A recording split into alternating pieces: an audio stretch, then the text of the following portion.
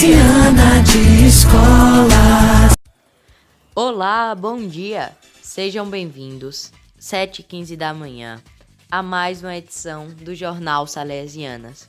E hoje vamos falar sobre um assunto que ocorreu entre 1939 e 1945. Sim, a Segunda Guerra Mundial. Infelizmente, foi um período que deixou marcos em muitas famílias. E hoje trouxemos novamente eles, os alunos do 9º ano C do Colégio Nossa Senhora Auxiliadora em Petrolina, já que vocês gostaram tanto da nossa última edição. Hoje eles vieram falar sobre o livro A Mala de Hannah, que retrata a família Brad, mostrando como era cruel a vida das crianças submetidas ao Holocausto nos campos de concentração de Auschwitz. A história se desenrola em 3 continentes durante um período de quase 70 anos.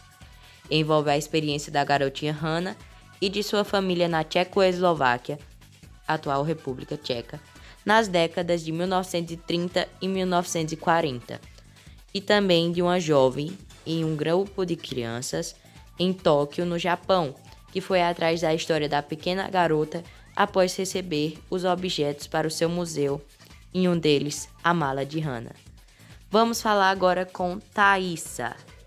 Bom dia! Então, em um assunto decorrente no livro, lá no início, eu vou lhe fazer uma pergunta. No dia 15 de março de 1939, as tropas nazistas de Hitler tomaram o resto da Tchecoslováquia e a vida de Brad mudou para sempre, pois toda semana havia uma nova restrição.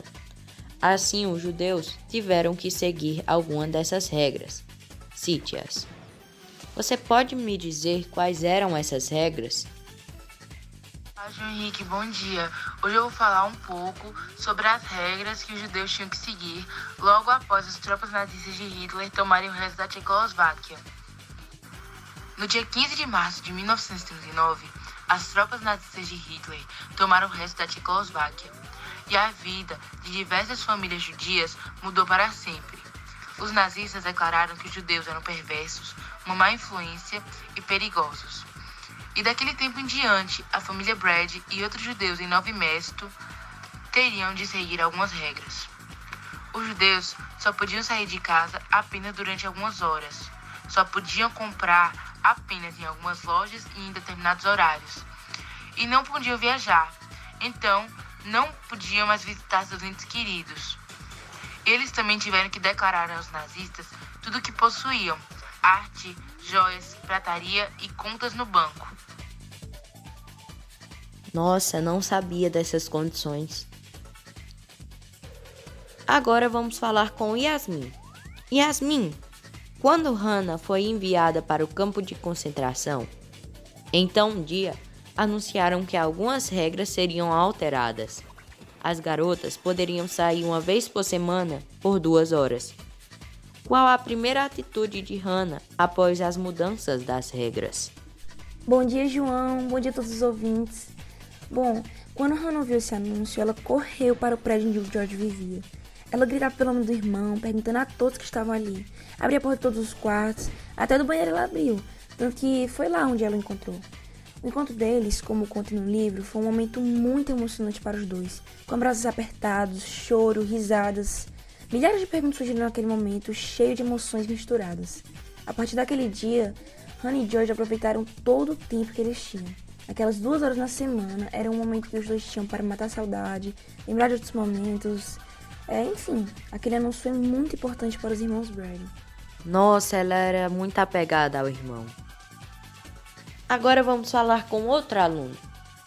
Então, os nazistas costumavam listar seus prisioneiros, colocando os familiares juntos. Fumiko notou outra coisa. Ao lado do nome de Hannah havia uma marca de secagem. Havia uma marca em todos os nomes daquela página, exceto um. Ao lado do nome do Brad, George Brad, não havia nenhuma marca. O que isso significava? Olá, bom dia a todos! Então, no livro retrata este assunto quando Fumiko, no Museu de Terezin, junto de Ludmilla, secretária do local, foram atrás de mais informações de Hannah Brad. Então a secretária pegou um livro muito empoeirado, em que havia nome de todas as pessoas que haviam saído da prisão levadas para Auschwitz. Os nazistas, como você disse, costumavam colocar os parentes perto um do outro da lista. Então, Ludmilla procurou o sobrenome Brad e achou. Ao lado de alguns nomes haviam as marcas de secagem. E isso infelizmente significa que a pessoa não sobreviveu ao Holocausto, nos campos de concentração. Infelizmente, ao lado do nome de Hannah tinha. Mas, logo após o seu nome, estava o de George Brad, que levava a seu irmão tão querido por Hannah. E esta marca não havia. Ou seja, George Brad sobreviveu ao Holocausto, dando mais esperança a Fumiko a saber mais sobre a história desta pequena garota que passou por estes acontecimentos. Nossa, que triste. Mas que bom que encontrou o irmão. Agora a gente vai falar com Maria Júlia. Maria Júlia, bom dia. Então, a diretora do Museu de Tóquio queria que as crianças aprendessem mais sobre o Holocausto e decidiu que o melhor jeito de começar era por objetos que as crianças pudessem ver e tocar. Que objetos eram esses? Bom dia, João. E aí? Bom, quando o Fumiko pediu estes seguintes objetos, estava com o objetivo das crianças aprenderem mais sobre o Holocausto.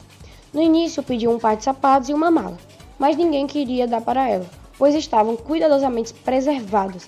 Mas, quando foi para Auschwitz, onde fica o museu hoje, implorou para o diretor assistente e explicou o que queria. Após meses, ela recebeu estes objetos, sendo uma meia, um sapato, uma blusa, uma lata de gás venenoso e, por fim, a mala de Hannah. Obrigado, João, foi isso. Obrigado você. Agora vamos falar com Maria Clara. Maria Clara, no texto A Mala de Hannah, o que foi o Holocausto durante a Segunda Guerra Mundial? Bom dia, João. Hoje eu vou falar um pouquinho do que foi o Holocausto durante a Segunda Guerra Mundial. A palavra Holocausto faz referência ao assassinato em massa de cerca de 11 milhões de pessoas pelo regime nazista durante a Segunda Guerra Mundial. Essas mortes foram consequências da perseguição do regime a grupos específicos como comunistas, ciganos, homossexuais, deficientes físicos e mentais e, principalmente, judeus. Os nazistas, em especial o seu líder, Adolf Hitler, chegaram ao poder na Alemanha em janeiro de 1933. Eles acreditavam que os alemães eram racialmente superiores aos judeus, por eles considerados como uma raça externa à chamada comunidade racial alemã. Nossa! E para finalizar o Rádio Salesianas com chave de ouro, Lucas, bom dia. Você pode nos contar algumas curiosidades sobre a autora do livro e até mesmo da Segunda Guerra Mundial? Quando criança em Ottawa, Karen interessava-se pelo Holocausto, mas não imaginava escrever um livro sobre o assunto. Quando mudou para Toronto, começou a trabalhar na rádio CBC, onde se tornou produtora de muitos outros programas. Ganhou muitos prêmios pelo trabalho na rádio, incluindo 2 prestigiados. Um pelo documentário Children of the Holocaust, Crianças do Holocausto, e outro alguns anos depois, no Canadá. Ela é a única profissional agradecida 2 vezes com esse afamado prêmio. Por 7 anos, Karen Levine foi a produtora de uma executiva As It Happens, como isso aconteceu. Ela criou séries como This Morning e Sunday Edition. Karen recebeu 2 vezes o prêmio Peabody Award de documentários e também uma curiosidade da Segunda Guerra Mundial. No dia 1º de setembro de 1939, a Alemanha havia invadido a Polônia e isso foi o estopim que deu início à Segunda Guerra Mundial. Já os países foram divididos em 2 grupos, os países do eixo com a Alemanha, Itália e Japão, os aliados Inglaterra, França e Estados Unidos. Nossa, obrigado.